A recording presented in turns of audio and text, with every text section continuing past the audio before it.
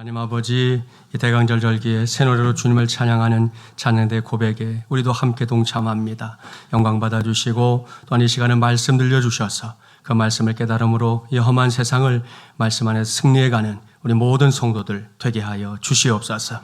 예수님의 이름으로 기도하옵나이다. 아멘. 서로 축복하겠습니다. 날마다 주님과 동행합시다. 한 번 더 축복할까요? 주님은 오늘도 당신을 사랑하십니다. 할렐루야. 오늘은 광고한 그대로 2023년 대강절 첫 번째 주일입니다.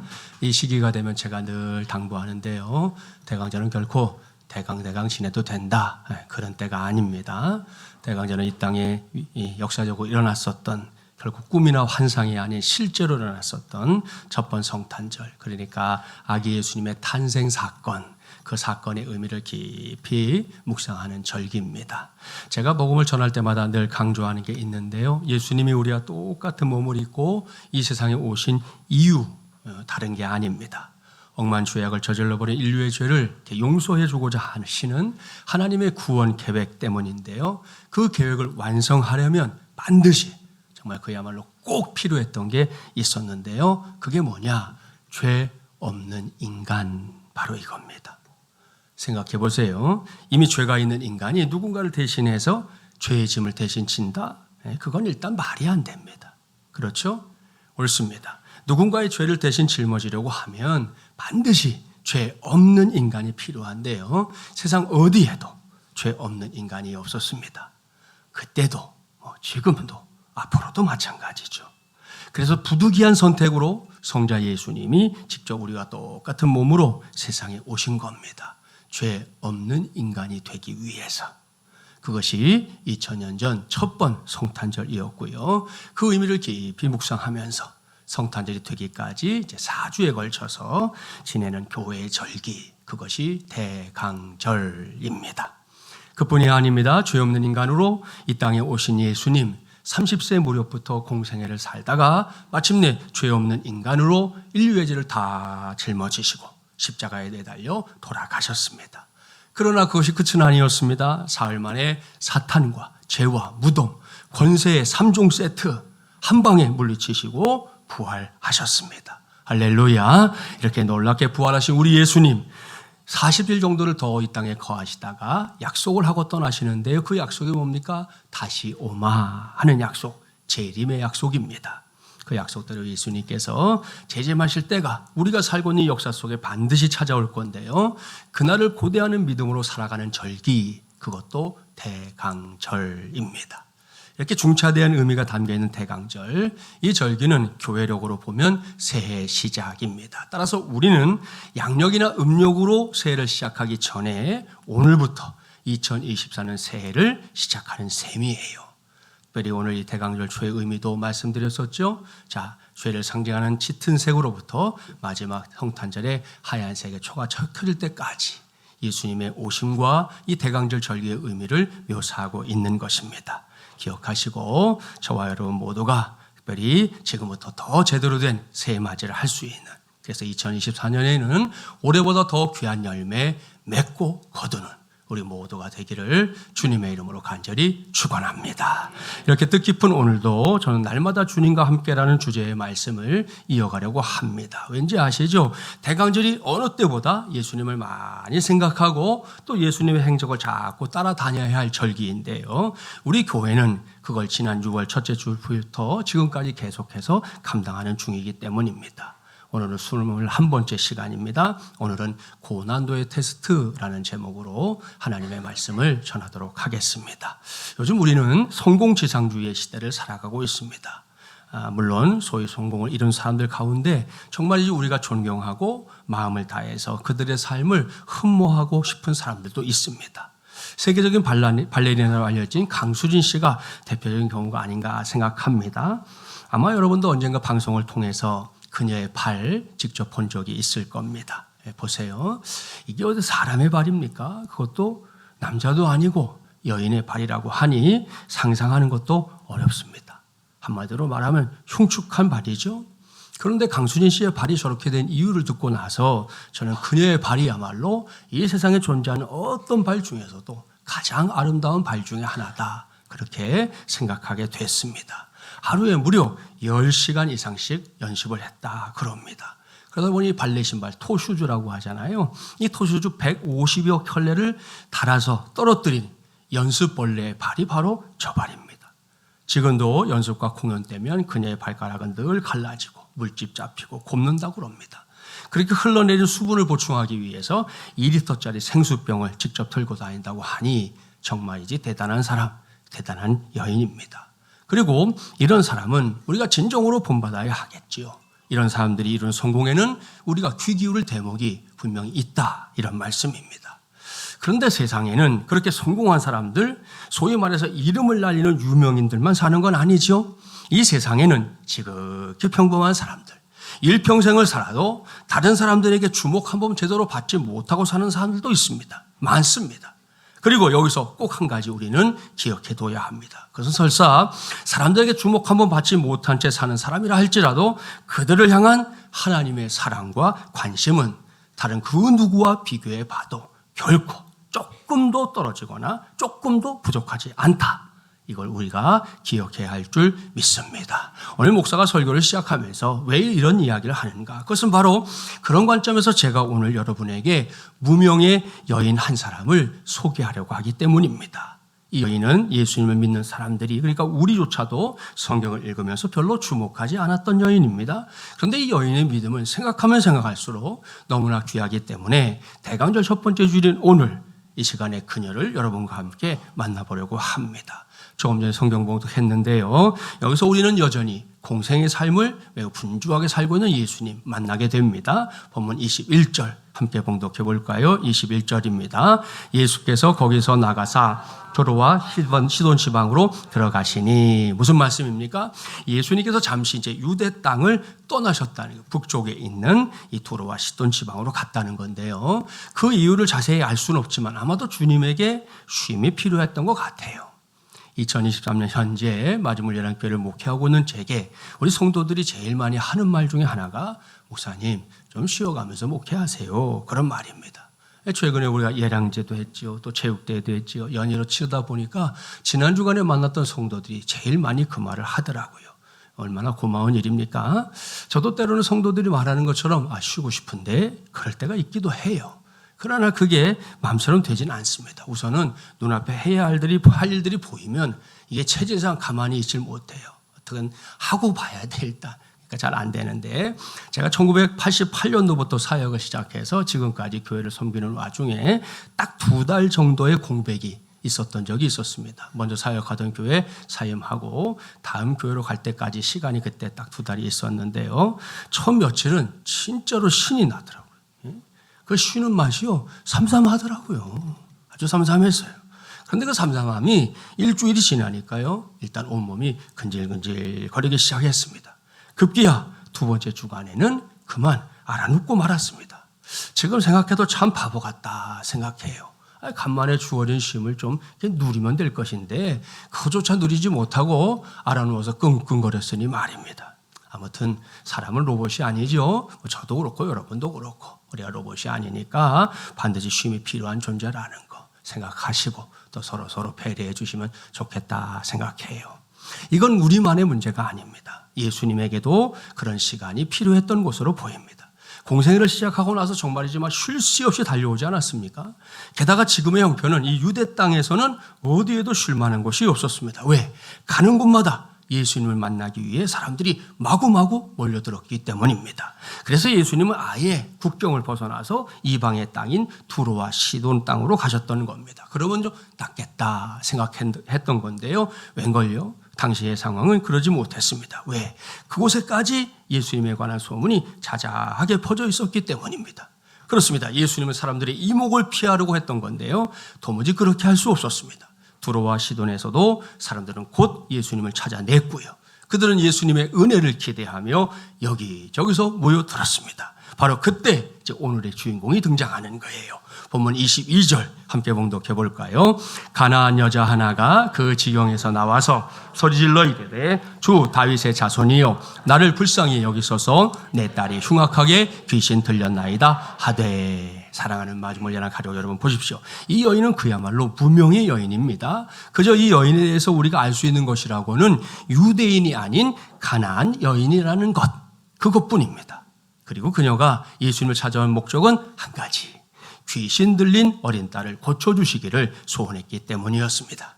자, 이것이 부모의 마음이라는 거 뭐 다들 아시죠? 자식을 위해서라면 늘 최선을 다하는 거 말입니다. 언젠가 제가 들었던 설교 중에 이런 질문이 있었어요. 마태복음 18장 22절 말씀에 따르면 예수님께서 베드로에게 70번씩 7번이라도 용서하라 이런 말씀하신 적이 있었잖아요. 그걸 전제한 질문이었습니다. 과연 이러한 용서가 가능한 관계가 이 세상에 있겠는가? 이런 질문이었어요. 여러분도 한번 생각해 보십시오. 친구와 친구 사이에서 뭔가 잘못했을 때 70번씩 7번 용서하는 거 가능합니까? 예? 친구는 둘째치고 한 성도들끼리 가능해요? 어린 반프레스도 없어요. 예? 형제간에도 마찬가지. 가능하지 않아요. 연인 사이에서도 무촌이라고 불리는 부부 사이에서도 이건 어림도 없습니다. 7번만 용서해줘도 아이고 황송합니다. 이렇게 머리를 조아릴 일 아닙니까? 그런데 이 세상에 이런 용서가 가능한 관계가 딱 하나 있다. 그것은 부모와 자식의 관계입니다. 그렇습니다. 부모와 자식 사이에서는 설사 뭐 이런저런 우여곡절이 있었어도 부모 자식도 다투잖아요. 서로 또 뜻이 안 맞으면 뭐 안 보고 산다, 뭐 호적에서 팔아, 뭐 별 얘기 다 하잖아요. 그죠? 그래도 결국에는 모든 게 이해되고 모든 게 용서된다. 이런 말씀이죠. 그래서 부모는 항상 부모고 자식은 항상 자식이다. 이런 말도 있지 않습니까? 그렇습니다. 이것이 부모의 마음인데 그처럼 귀하고 귀한 딸이 그만 귀신에 들렸습니다. 그러니 어미의 마음이 얼마나 아팠을까요? 예수님 앞에 찾아오기까지 그녀의 마음은 아마도 다 썩어서 문드러지기 직전이었을 겁니다. 그런 와중에 그야말로 지푸라기라도 잡는 심정으로 이 가나안 여인은 예수님을 찾아왔던 거예요. 예수님만이 내 딸을 고쳐줄 수 있는 유일한 소망이다. 여기서 이 여인의 상태를 한번 들여다볼까요? 모르긴 몰라도 이 여인은 예수님을 찾아오면서 분명히 들떠 있었을 겁니다. 유대 땅 곳곳에 자자하게 소문이 나 있는 예수님이 하필이면 내가 살고 있는 이 땅에 들어오신 것 자체가 그녀에게는 기쁨이었습니다. 드디어 자기의 딸이 귀신 들린 이 몹쓸병에서 벗어날 좋은 기회가 왔다 확신했기 때문이지요. 그렇게 흥분된 마음으로 기대에 가득 차서 지금 예수님을 찾아온 거예요. 그러고는 간청하고 있습니다. 제발 나의 딸을 고쳐주십시오 라고 말입니다. 그때 예수님의 반응을 볼까요? 본문 23절부터 26절 한 절씩 교독합니다. 예수는 한 말씀도 대답하지 아니하시니 제자들이 와서 청하여 말하되 그 여자가 우리 뒤에서 소리를 지르오니 그를 보내소서.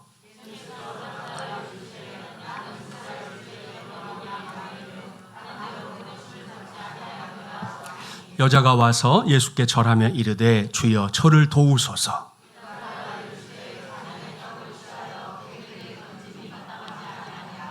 자, 여러분, 이 시간에 여기에 기록된 이 말씀을 그저 이 여인에게 주신 말씀으로 끝 이러지 말고 나에게, 우리에게 주신 말씀이다 이렇게 생각해 보십시오.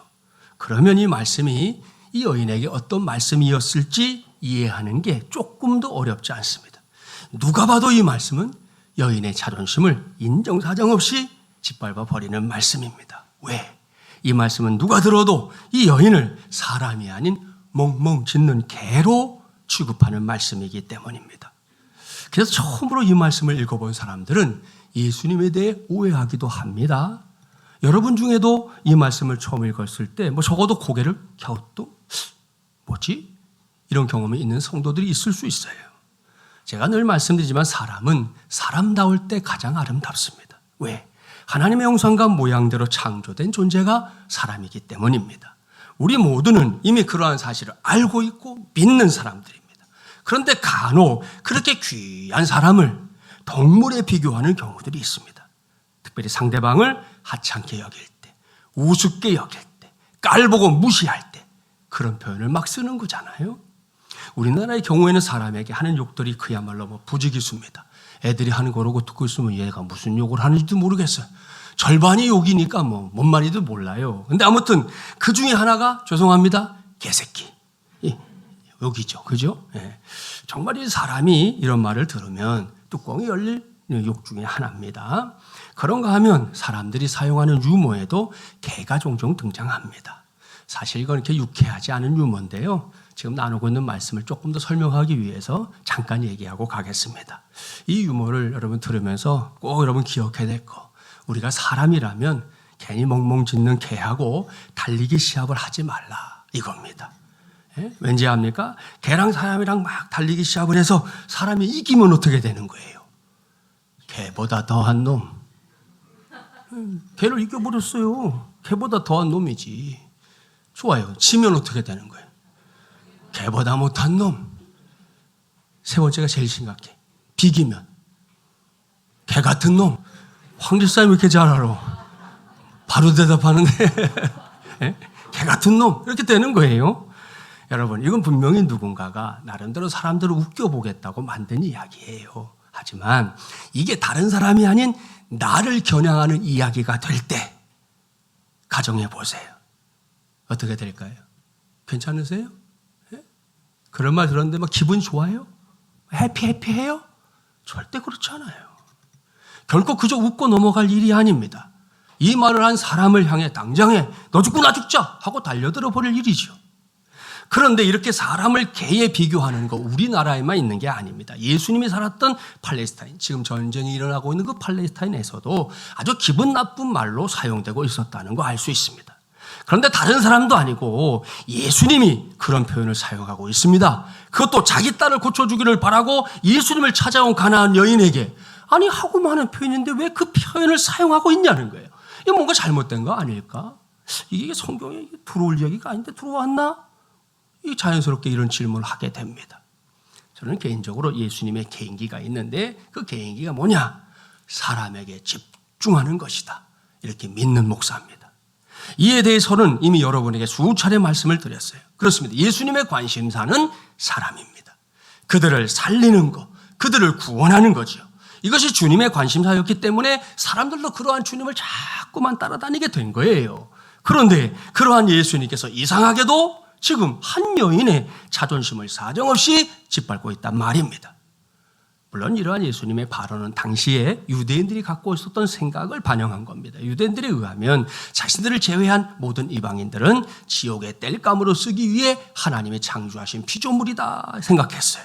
얼마나 고약한 생각입니까? 오로지 자기들만 구원받을 백성, 나머지는 다 지옥에 던져질 인생들이다 이랬다는 겁니다. 그렇다면 예수님도 이런 생각에 동조하신 것이냐? 이런 질문에 대한 대답부터 한다면 아닙니다. 결코 아닙니다. 그러면 예수님은 왜 여기서 이렇게 말씀하고 있는 걸까요? 여기서 우리는 오늘 말씀의 제목을 떠올려야 합니다. 고난도의 테스트. 바로 이거 말입니다. 그렇습니다. 예수님은 지금 이 여인을 테스트하고 있는 겁니다. 그것도 쉽고 가벼운 테스트가 아니에요. 아주 고난도의 테스트를 직접 실시하고 있는 겁니다. 여기서 생각해 보세요. 이방 여인인 가나안 여인이 예수님이 어떤 분인지 온전하게 알 리가 있을까요? 없을까요? 없습니다. 그렇다면 당시에 그녀의 이 믿음의 수준이 어느 정도냐? 그저 사람들의 입소문을 통해 그저 들은 거잖아요. 예수님이라는 분이 뭔가 신기하고 놀라운 일을 행하는 분이야. 병도 가끔은 고친대. 이 정도만 알고 있을 뿐입니다. 아울러 유대인들이 믿고 섬기는 하나님에 대해서도 잘 알지 못하고 있는 게 분명합니다. 틀림없어요. 그러나 주님은 이 여인에게도 크신 은혜를 베풀기를 원하셨습니다. 왜? 예수님은 사람에게 집중하는 분이기 때문입니다. 여기서 문제는 이 여인에게도 하나님의 은혜가 매우 소중한 것이라는 사실을 가르쳐야 한다. 이것이었습니다. 그래서 예수님이 지금 이 여인의 믿음을 건드리고 있는 거예요.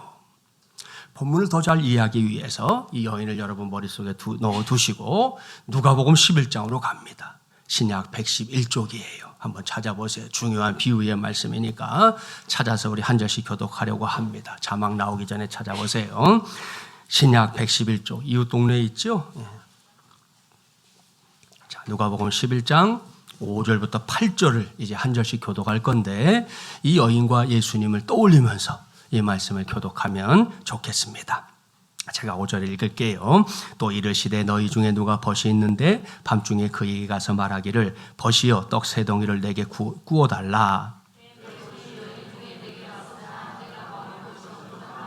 그가 안에서 대답하여 이르되 나를 괴롭게 하지 말라. 문이 이미 닫혔고 아이들이 나와 함께 침실에 누웠으니 일어나 내게 줄 수가 없노라 하겠느냐?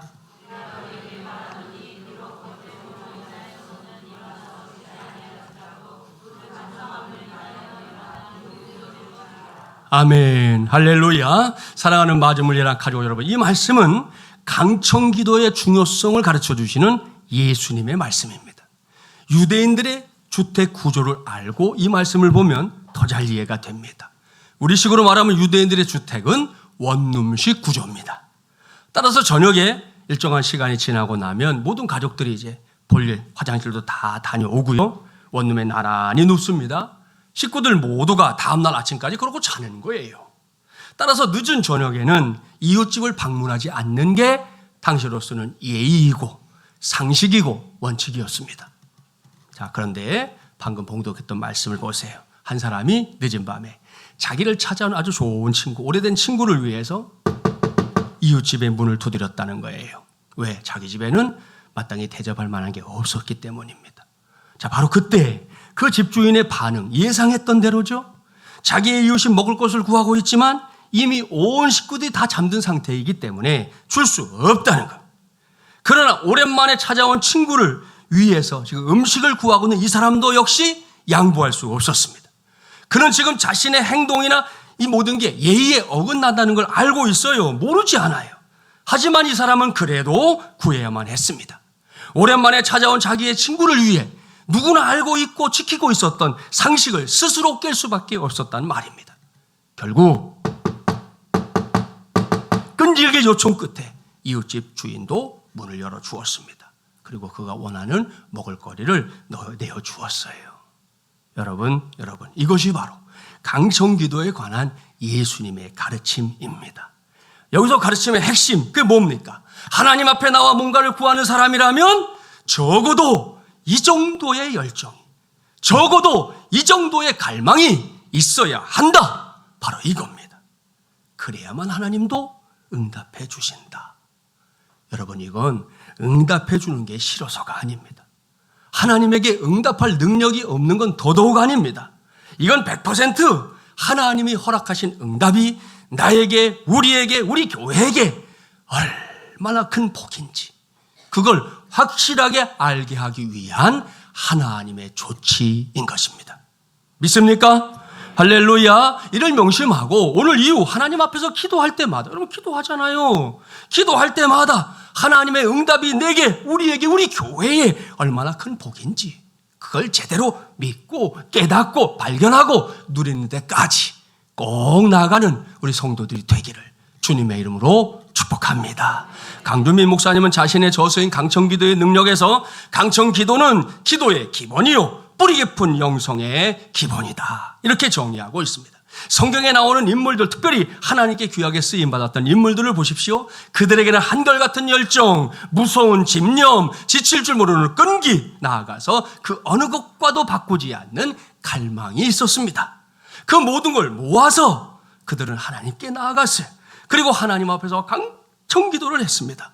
따라서 강청기도는 하나님 아버지 도와주세요, 저와 함께 해주세요, 이런 기도 아닙니다. 여러분, 말 그대로 간절하게 정말 이제 애간장이 다 타듯이 들어가는 그런 기도입니다. 우리 식으로 좀 더 구체적으로 표현한다면 한 맺힌 기도라고까지 표현할 수 있을 정도입니다. 이것이 강청기도입니다. 그렇기 때문에 여러분, 강청기도에는 정말이지 놀라운 능력이 있습니다. 무엇보다 강청기도는 어떤 기도보다 응답이 빠릅니다. 또한 그 응답이 분명합니다. 기도 응답의 열매를 눈으로 볼 수 있고 손으로 만질 수 있다, 이런 말씀입니다. 사랑하는 여러분, 요즘 우리가 사는 세상이 어떤 세상인지 다들 아시죠?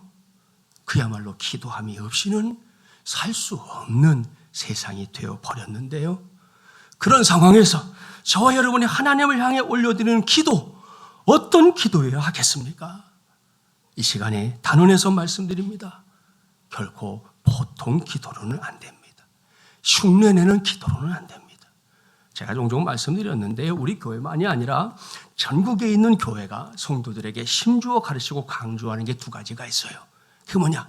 기도와 전도. 성도 여러분, 기도합시다. 성도 여러분, 전도합시다. 열심히 가르칩니다. 이거 가르치지 않는 교회가 없어요. 이걸 가르치지 않는 목사님들이 없어요. 다 가르쳐요. 그 말은 뭐예요? 그만큼 중요하다. 우리 성도들에게 있어서 빼놓을 수 없는 중요한 신앙의 행위들이다 라는 걸 말해주는 거잖아요. 그런데 한국교회 성도들이 그렇게 교회가 가르치고 목사님들이 가르치는데도 불구하고 끝까지 제대로 안 하려고 어떻게든 버티고 기도의 자리라고 해도 들어가지 않으려고 애쓰고 하는 그게 두 가지라니까요. 기도합시다. 전도합시다. 참 이상해. 그렇게 가르쳤으면 알아들을 만도 하고 그렇게 가르쳤으면 깨달을 만도 한데 수십 년을 가르쳐도 여러분 성도들이 가장 안 하려고 힘쓰는 게 기도, 가장 안 하려고 힘쓰는 게 전도. 이상하잖아요. 가르치면 돼야 되는 거잖아요. 여러분 자녀들 말 안 듣는다고 구박하지 마세요. 여러분도 말 안 들어. 그렇게 하나님께서 우리에게 가르쳐 주시는 거는 우리가 꼭 해야 되기 때문 아니겠습니까? 그래서 가르쳐 주는 거거든요. 아무튼 뭐 이렇게 성수주의를 하는 성도들은 그래도 괜찮은데 적지 않은 성도들이 이미 그런 성향을 갖고 있다 보니 교회에서 기도하는 것이 매우 이기적인 수준에 머물 때가 생각보다 많습니다.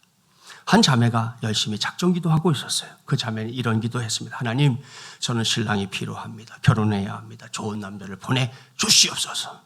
정말로 믿음도 좋고 신앙생활도 열심히 하는 자매였는데요. 이렇게 열심히 작정 기도를 해도 하나님께서 이 자매에게 어울리는 우리 형제를 도무지 보내주지 않는 거예요. 그러던 어느 날 그 자매가 기도하는 걸 본 목사님이 자매를 불러서 이야기했습니다. 자매님, 내가 교회 안을 오가다가 우연히 자매님이 기도하는 소리를 몇 차례 들었는데요. 자매님의 기도가 너무 자기 자신만을 위한 기도라는 생각이 드네요. 자신만을 위해 기도하기보다는 부모님이나 이웃을 위해서 기도하는 것이 영적으로 더 성숙하는 길이고 그런 기도는 하나님께 더 잘 전달됩니다. 기도 생활을 좀 바꿔보면 어떨까요? 이렇게 권면했어요. 목사의 권면을 들은 이 자매님, 나름 깨달음이 왔는지 다음 날부터 기도의 내용이 바뀌었는데 이렇게 기도했답니다. 하나님, 제가 사랑하는 부모님에겐 정말로 좋은 사이가 필요합니다. 부디 저의 부모님을 위해 근사하고 좋은 사이를 보내주시옵소서. 이렇게 기도했다는 거예요. 엎어치나 매치나죠? 물론 이런 기도가 모두 잘못됐다 그런 말씀은 아닙니다. 하나님이 우리 아버지시잖아요. 그러니까 우리가 자녀로서 얼마든지 할 수 있는 기도입니다. 그러나 거기에 머물지는 말자. 우리의 기도의 수준을 좀 더 높이자. 이런 말씀입니다. 그렇습니다. 정말이지 필요하다면 목숨을 걸고 기도하듯 할 수 있어야 하는 것입니다. 그게 성도의 기도입니다. 이를 명심하고 오늘 이후 하나님 앞에서 기도할 때마다 여타의 가능성 다 열어놓고 기도하지 말고 오직 주님만 바라보며 기도할 수 있는 저와 여러분이 되기를 간절히 바랍니다. 이 길 외에는 살 길이 없습니다. 하나님, 저에게는 하나님밖에 없습니다. 그렇게 정말 진심을 다해 기도할 수 있는 우리 모두가 되기를 주님의 이름으로 축복합니다. 본문으로 돌아가 보세요. 예수님은 바로 그걸 이 여인에게 가르쳐주고 있는 겁니다. 다행인 것은 이 여인이 예수님의 마음을 알아챘다는 사실이에요. 그녀는 다른 사람들이 예수님의 반응을 보면서 우리처럼 고개를 갸웃거리거나 입을 삐죽거리고 있을 때 저 사람이 지금 뭐라고 그러는 거야? 뭐 이러고 있을 때 그걸 자신의 자존심을 짓밟는 말이나 행동으로 보지 않았다는 겁니다. 비록 소문으로만 들었던 예수님이지만 그분이 그렇게 비상식적인 분은 아닐 것이다 라는 믿음이 이 여인에게 있었던 것으로 보여요. 그래서 여인은 예수님의 말씀에 주저하지 않고 곧바로 반응합니다. 27절 함께 봉독할까요? 여자가 이르되 주여 옳소이다마는 개들도 제 주인의 상에서 떨어지는 부스러기를 먹나이다 하니. 아멘. 여러분, 이 여인 예수님이 제시하신 고난도의 테스트를 지금 당당하게 통과하고 있습니다. 여인의 대답은 예수님의 마음을 감동시켰어요. 보세요.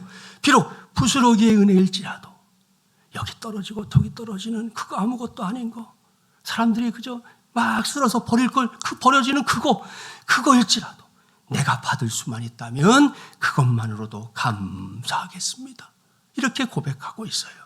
그러니 이거 놀랍지 않습니까? 만일 저와 여러분이라면 과연 이 정도의 고백 할 수 있을까요? 쉽게 대답할 수 없는 질문이에요. 여기서 가나안 여인을 보세요. 잘 보세요. 그녀에게는 지금 타는 입술과 뜨거운 가슴이 있는 것이죠. 그녀는 그것 때문에 부스러기 은혜일지라도 그것이 자신에게는 큰 축복이 될 수 있다. 이걸 알았습니다. 그래서 전체가 안 된다면, 그게 내 몫이 될 수 없다면 좋습니다. 여기 저기 조금씩 떨어져 있는 부스러기라도 구해야 되겠다 생각했다는 거죠. 그래서 예수님 앞에 나와 강청하면서 주님 다 주시지 않아도 됩니다. 그래서 저는 여기저기 떨어지는 거, 그 보잘것없는 부스러기, 그것만으로도 족합니다. 그렇게 타는 입술로 부르짖고 뜨거운 가슴으로 아뢰었던 겁니다. 그랬더니 어떤 일이 벌어졌습니까? 본문 29절 함께 봉독할까요? 이에 예수께서 대답하여 이르시되 여자여 내 믿음이 크도다. 내 소원대로 되리라 하시니 그때로부터 그의 딸이 나으니라. 아멘. 할렐루야. 여러분 보십시오. 잘 보십시오. 가나안 여인은 부스러기의 은혜를 구했습니다. 그리고 진심으로 그것만으로도 나는 족하다 생각했습니다. 그러나 정작 그 부스러기를 펼쳐 보니 거기에는 놀라운 복이, 위대한 복이 들어있었습니다. 그것은 부스러기 은혜라도 만족하겠다는 여인의 고백에 감동하신 예수님이 그녀의 소원을 기꺼이 들어주시는 복이었습니다. 여자여 내 믿음이 크도다. 내 소원대로 되리라 하시니 그때로부터 그의 딸이 나으니라. 아멘. 사랑하는 마주물려난 가족 여러분, 이제는 저와 여러분의 차례입니다. 주님은 2000년 전만이 아니라 오늘날에도 종종 우리의 믿음을 테스트하십니다. 그것이 무슨 테스트냐? 정말로 주님의 은혜가 필요해서 구하고 있는 것인지, 아니면 이것도 한번 저것도 한번 이렇게 생각하면서 심심풀이 땅콩으로 주님의 은혜를 구하고 있는 것인지, 그걸 테스트하실 때가 있습니다. 모르긴 몰라도 지금 우리 중에도 그러한 테스트를 받고 있는 성도들 얼마든지 있을 수 있습니다. 아무쪼록 그때 그러한 고난도의 테스트에서 우리 모두가 가나안 여인처럼 주님을 크게 감동시키는 믿음의 주인공들 꼭 되기를 바랍니다. 주님, 부스러기라도 좋습니다. 제게는 주님의 은혜가 필요합니다. 꼭 필요합니다. 주님, 부스러기라도 좋습니다. 제게는 주님의 긍휼이 필요합니다. 꼭 필요합니다. 주님, 부스러기라도 좋습니다. 제게는 주님의 능력이 필요합니다. 꼭 필요합니다. 주님, 부스러기라도 좋습니다. 제게는 주님의 응답이 필요합니다. 꼭 필요합니다. 이것이 2023년 대강절 첫 번째 주일을 맞이한 우리 모두의 고백, 우리 모두의 기도가 되기를 간절히 바랍니다. 그래서 저와 여러분 모두가 주님께서 내놓은 이 고난도의 테스트를 넉넉하게 통과하는 건 물론이고요, 그 부스러기 속 곳곳에 숨어있는 크고도 놀라운 복까지 확실하게 받고 누리게 되기를 주님의 이름으로 간절히 축원합니다. 기도합시다. 전능하시고 자비로우신 하나님 아버지, 2023년 대강절 첫 번째 주일에 변함없이 주님의 말씀을 들려주시니 감사합니다. 먼저 구합니다. 우리의 관심이 주님처럼 사람에게 집중될 수 있도록 도와주시옵소서. 우리 공동체가 지금까지도 그랬지만 오늘기에 더더욱 사람을 귀하게 여기는 것을 상식으로 여기는 주님의 공동체 될 수 있도록 모든 성도들에게 은혜를 더하여 주시옵소서. 두 번째로 구합니다. 오늘 주신 말씀에 등장하는 가나안 여인처럼 주님의 테스트를 우리 모두가 넉넉하게 통과할 수 있도록 도와주시옵소서. 이 테스트는 사지선다양의 문제집을 펼쳐놓고 우리가 생각하는 답을 적어나가는 그런 테스트가 아닙니다.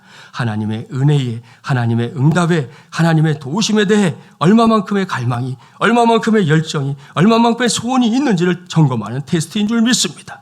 그래서 이 시간 강청기도로 하나님 앞에 부르짖습니다. 주님, 부스러기라도 좋습니다. 우리에게는 주님의 은혜가 필요합니다. 꼭 필요합니다. 주님, 부스러기라도 좋습니다. 우리에게는 주님의 긍휼이 필요합니다. 꼭 필요합니다. 주님, 부스러기라도 좋습니다. 우리에게는 주님의 능력이 필요합니다. 꼭 필요합니다. 주님, 부스러기라도 좋습니다. 우리에게는 주님의 응답이 필요합니다. 꼭 필요합니다. 이 시간 우리의 간절한 기도에 귀를 기울여 주시고 하나님의 때에 하나님의 방법으로 응답하여 주시옵소서. 그래서 인생의 문제를 해결하게 하시고 하나님의 영광을 드러내는 인생의 주인공들 되게 하여 주시옵소서. 이 모든 말씀 성탄의 주인공으로 이 땅에 오신 주 예수 그리스도의 이름으로 간절히 기도하옵나이다. 아멘.